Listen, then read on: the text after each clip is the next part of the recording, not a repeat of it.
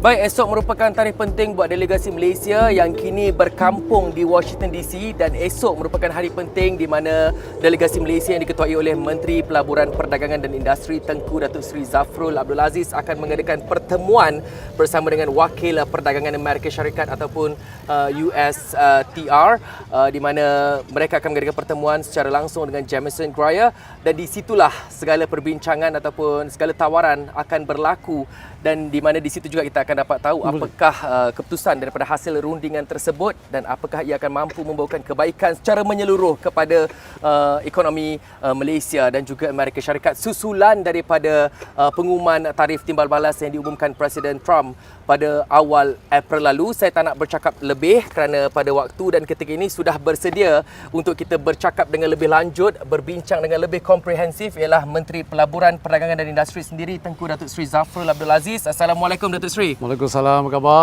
Khabar baik, alhamdulillah Datuk Seri. Esok hari terakhir delegasi Malaysia akan berada di Washington DC ini mengadakan pertemuan dengan Jamieson Greer. Jadi Datuk Seri, mungkin untuk waktu dan ketika ini memberikan penerangan lebih lanjut kepada rakyat Malaysia yang sedang menonton, apa bentuk tawaran yang mungkin boleh dibawakan oleh Malaysia kepada Amerika Syarikat dalam usaha kita mungkin untuk mengurangkan tarif timbal balas ini atau menghapuskan secara terus tarif timbal balas yang dikenakan Amerika Syarikat 24% kepada Malaysia, Datuk Seri? Ya, alhamdulillah kita dapat bermesyuarat besok bersama-sama dengan Jamieson Greer, USTR, US Trade Representative. Tapi pada masa yang sama kita perlu memberi pencerahan sedikit. Penyelesaiannya bukan boleh dibuat dalam masa satu hari. Jadi besok bincangan itu bermula. It's the first step lah, langkah pertama, di mana kita akan memberi penerangan kepada Amerika Syarikat, kepada Jamieson Greer dan pasukannya mengenai bagaimana hubungan diplomatik, hubungan pelaburan, hubungan perdagangan di antara Malaysia dengan Amerika Syarikat ini adalah win-win kepada kedua-dua pihak. Dan pada masa yang sama kita ingin mendapatkan pencerahan daripada pihak Amerika Syarikat apakah isu-isu yang dirasa penting untuk Amerika Syarikat dan manakah antara isu-isu yang dibangkitkan, di mana isu yang kita boleh pertimbangkan untuk pihak Malaysia melihat untuk address lah concern ataupun kerisauan pihak Amerika Syarikat. Datuk Seri, kita melihat strategi beberapa negara asing seperti Korea Selatan dan juga Indonesia sebelum ini ada bercadang dalam usaha untuk mengimbangi ataupun mengurangkan defisit perdagangan dengan Amerika Syarikat. Seperti Indonesia sendiri ada dicadangkan sebelum ini nak meningkatkan import LNG dan juga minyak mentah Brent, dan juga kalau Korea Selatan ada perancangan untuk meningkatkan import LNG dan juga pesawat komersial. Jadi mungkin apa yang terbaik untuk Malaysia tawarkan dalam usaha kita nak mengimbangi ataupun kita nak orang kata nak make sure US would be totally satisfied with our plan lah. Buat pada masa ini kalau kita lihat pada tahun 2024 defisit kita sebenarnya defisit Amerika Syarikat berbanding dengan Malaysia lebih kurang 74 bilion ringgit dan kalau kita lihat defisit itu semakin berkurangan.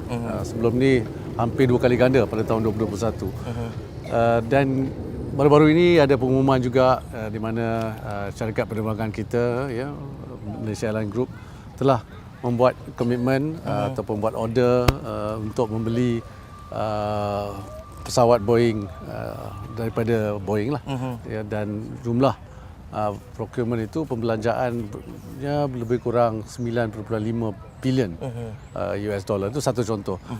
Dan pada masa yang sama kita banyak membeli alat-alat yang diperlukan untuk sektor semiconductor. Ini salah satu sebab defisit kita berkurangan berbanding dengan tahun-tahun sebelum ini. Oleh itu apa yang kita perlu memberi pencerahan kepada pihak Amerika Syarikat, benda ini kita boleh atasi ataupun boleh kita address, tetapi akan mengambil masa. Seperti saya sebut, tiap-tiap tahun defisit kita berkurangan kerana Malaysia dengan pertumbuhan yang lebih pesat, insya-Allah akan dapat mengurangkan juga defisit bersama di antara Malaysia dan Amerika Syarikat.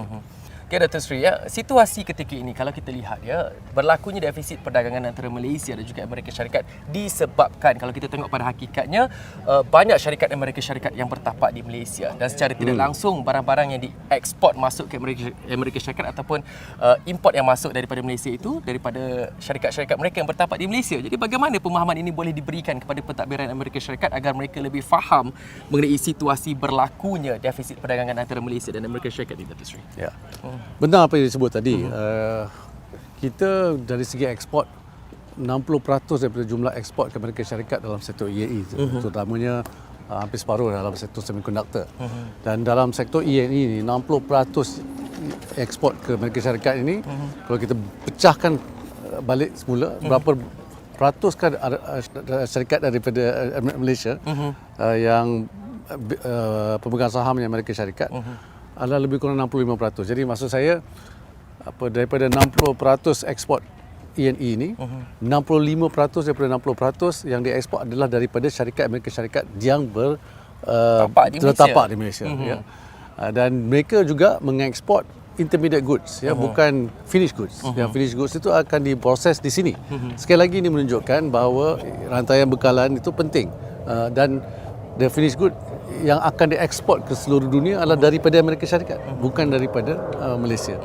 Ini kita perlu memberi pencerahan lah kepada pentadbiran Amerika Syarikat supaya mereka memahami bahawa kita ini adalah rakan dagang yang complementary, yang complement each other, ya, bukan bersaing. Ya. Baik, Dato' Sri. Pada akhirnya dunia akan tetap menantikan apakah keputusan pentadbiran Trump selepas 90 hari pause terhadap tarif timbal balik yang diumumkan. Jadi Dato' Sri, kita lihat juga situasi ketika ini di mana perang dagang di antara China dan juga Amerika Syarikat secara spesifiknya terus meningkat dengan tarif timbal balas berlawan-lawan antara dua negara ini, Dato' Sri. And Malaysia it's like dancing between two giants now. So we have to be very careful not to step on anyone's toes, Dato' Sri. Jadi bagaimana Dato' Sri melihat situasi ini, Dato' Sri? Ya, ini balance yang mungkin sukar untuk semua negara, kerana Amerika Syarikat dari segi kekuatannya, dari segi perdagangan dan pelaburan itu besar.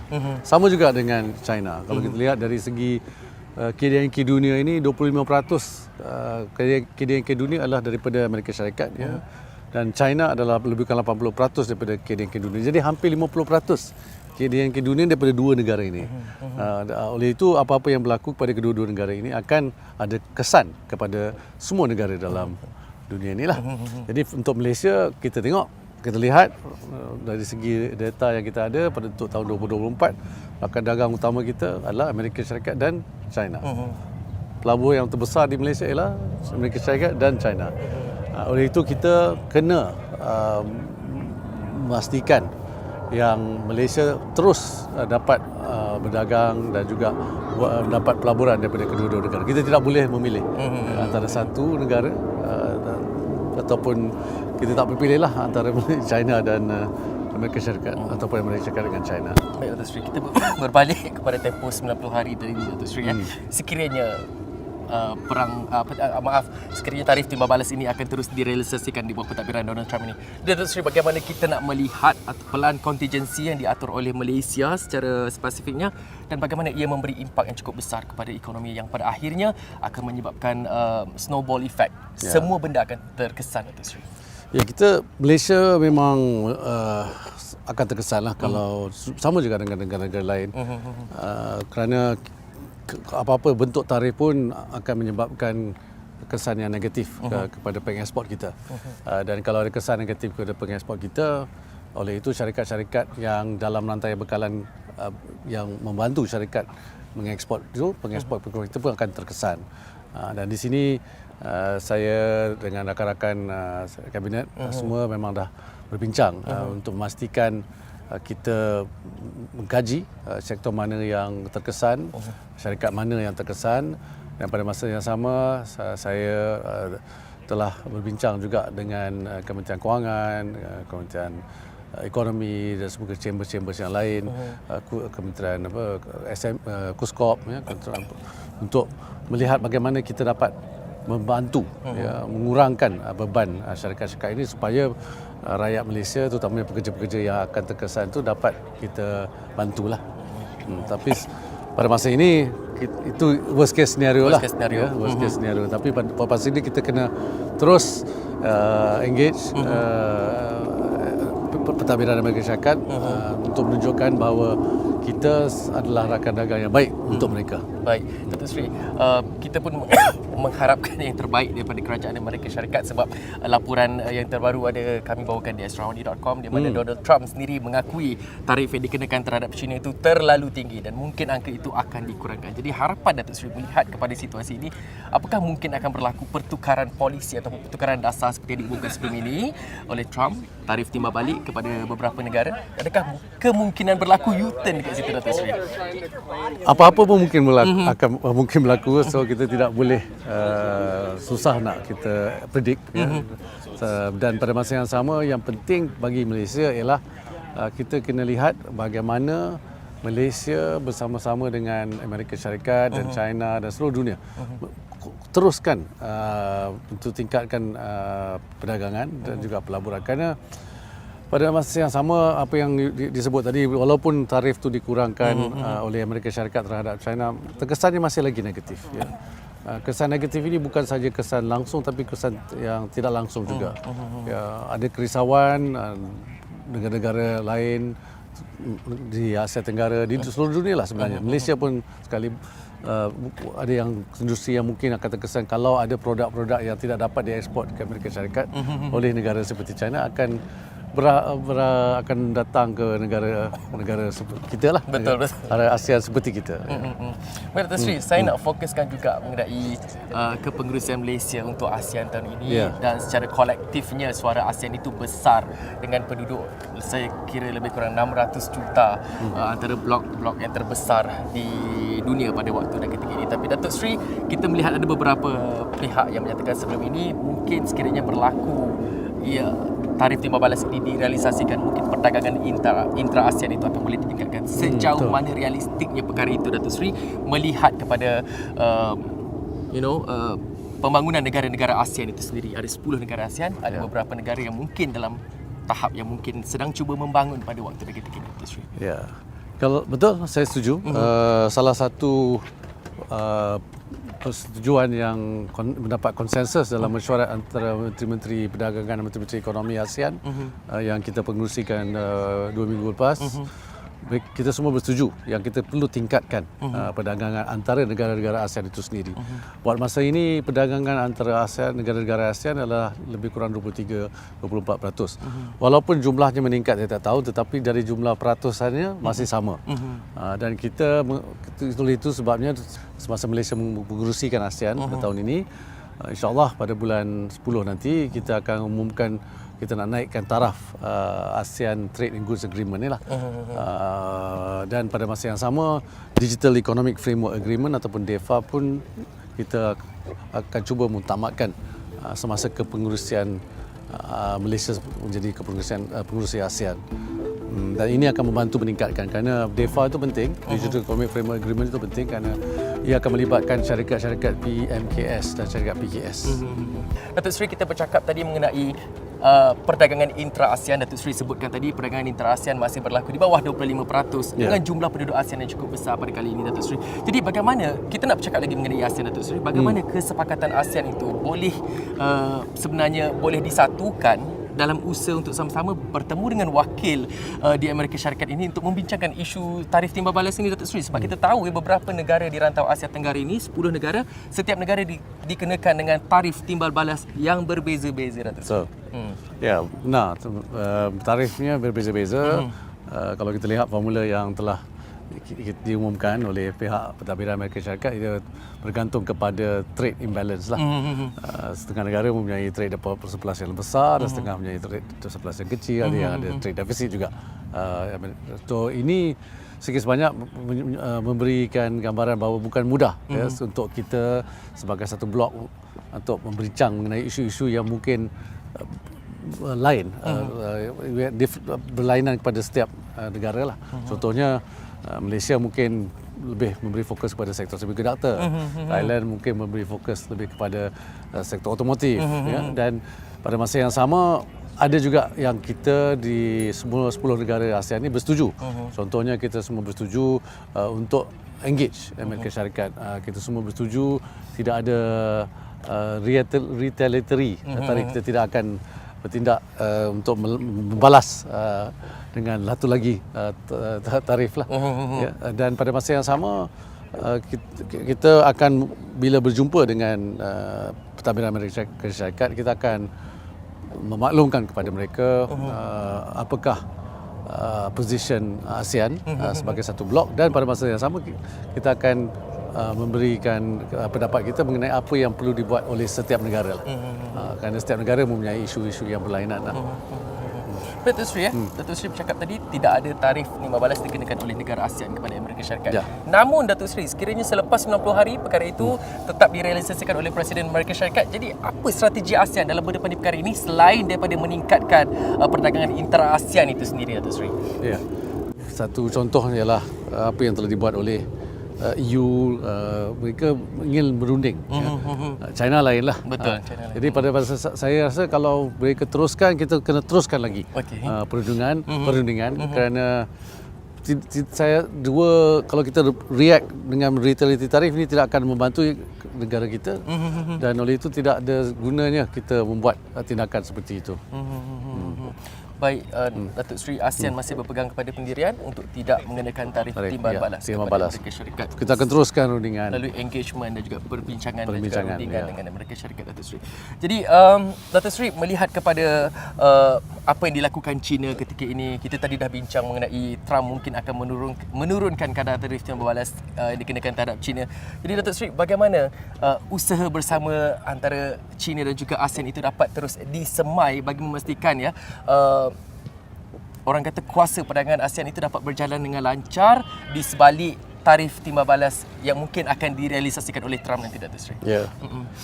Ya, kita bersama dengan negara China baru-baru ini pun lawatan rasmi Presiden Xi kepada ke negara-negara ASEAN, 3 negara ASEAN, Vietnam, Malaysia dan juga Cambodia. Kita ada berbincang lah dengan pihak China. Saya pun berbincang dengan rakan sejawat saya daripada negara China mengenai bagaimana kita perlu meningkatkan lagi perdagangan antara ASEAN dan China. Dan pada masa sama kita nak pastikan perdagangan itu adalah adil lah, fair, kerana ada kerisauan barangan daripada China akan masuk kepada negara Malaysia tapi dengan harga yang terlalu murah. Jadi mereka kata dumping lah. Dan di sini saya dalam perbincangan tu negara China mengambil maklum dan pada masa yang sama telah membuat beberapa langkah yang proaktif lah, terutamanya syarikat-syarikat China itu sendiri untuk memastikan bahawa produk-produk dari negara China ini mendapat pasaran dalam negara China dahulu. Dan pada masa yang sama kalau ada isu-isu yang menyebabkan industri kita terkesan, kita ada ruang untuk berbincang dengan pihak China. Datuk Seri, ada juga tanggapan nakal yang ada saya baca sebelum ini. Pendirian ASEAN untuk tidak memberikan tarif timbal balas kepada Amerika Syarikat itu menunjukkan bahawa blok ASEAN ini sebagai satu blok yang tidak cukup kuat untuk berdepan dengan tekanan yang diberikan oleh Amerika Syarikat. Komen Datuk Seri?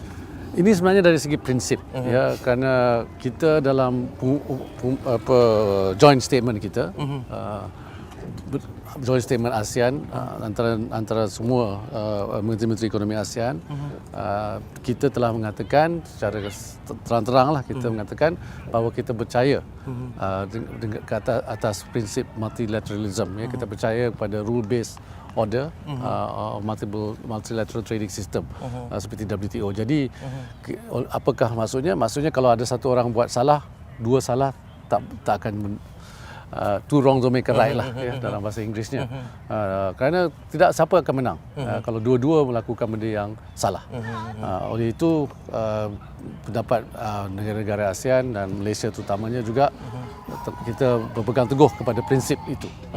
Oleh itu penyelesaiannya bukan untuk kita berperang, tetapi kita mencari jalan supaya kedua-duanya mendapat kemenangan. Baik, mencari titik persamaan yang boleh menguntungkan kedua-dua Ya, pihak. Datuk Seri, sekali itu saya nak tanya ke Datuk Seri. Datuk Seri melihat diplomasi secara lembut ini, adakah Datuk Seri optimis akan membuahkan hasil yang baik, Datuk Seri? Kita perlu cuba. Saya optimis dan kita perlu cuba seperti saya sebut tadi.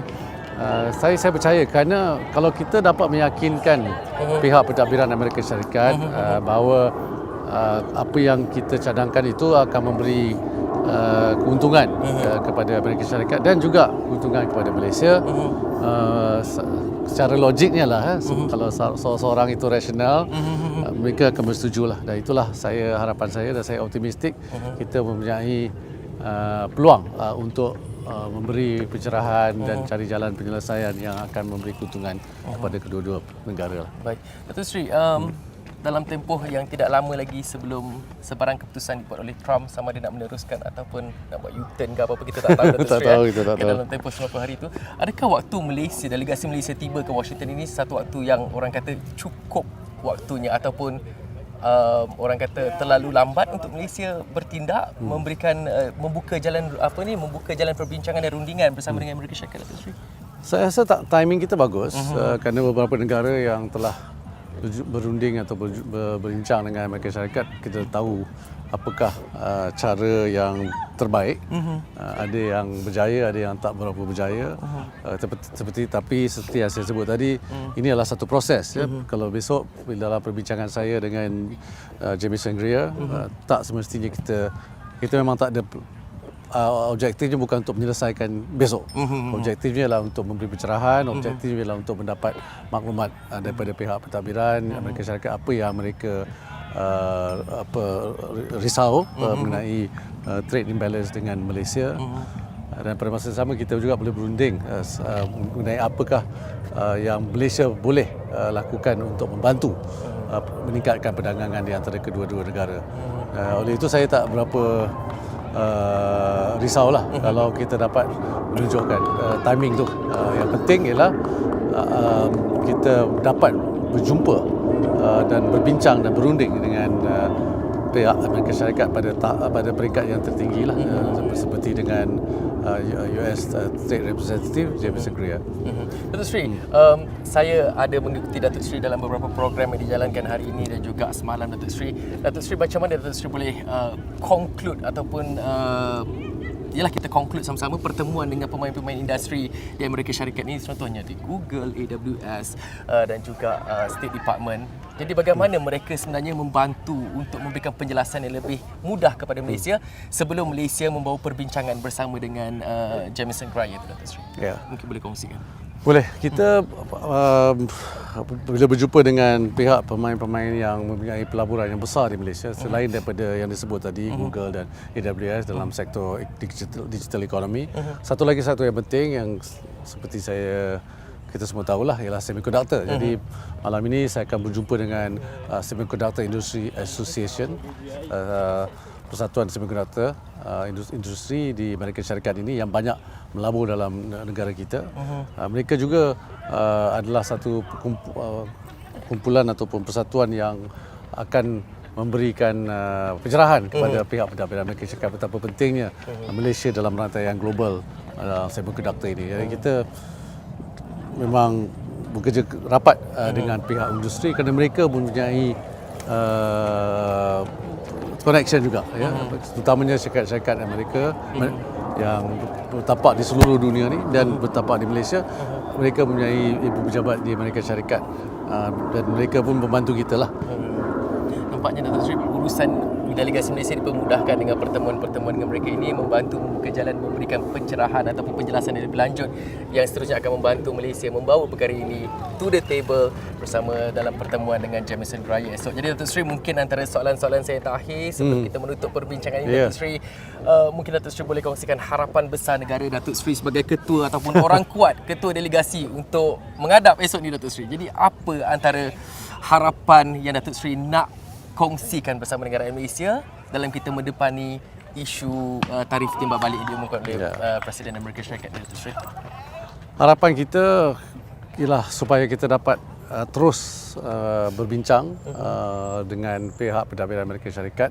Ini perbincangan pertama dan harapan kita supaya perjuangan ini dapat diteruskan. Apa yang kita tidak mahu ialah ini perbincangan pertama dan perbincangan terakhir.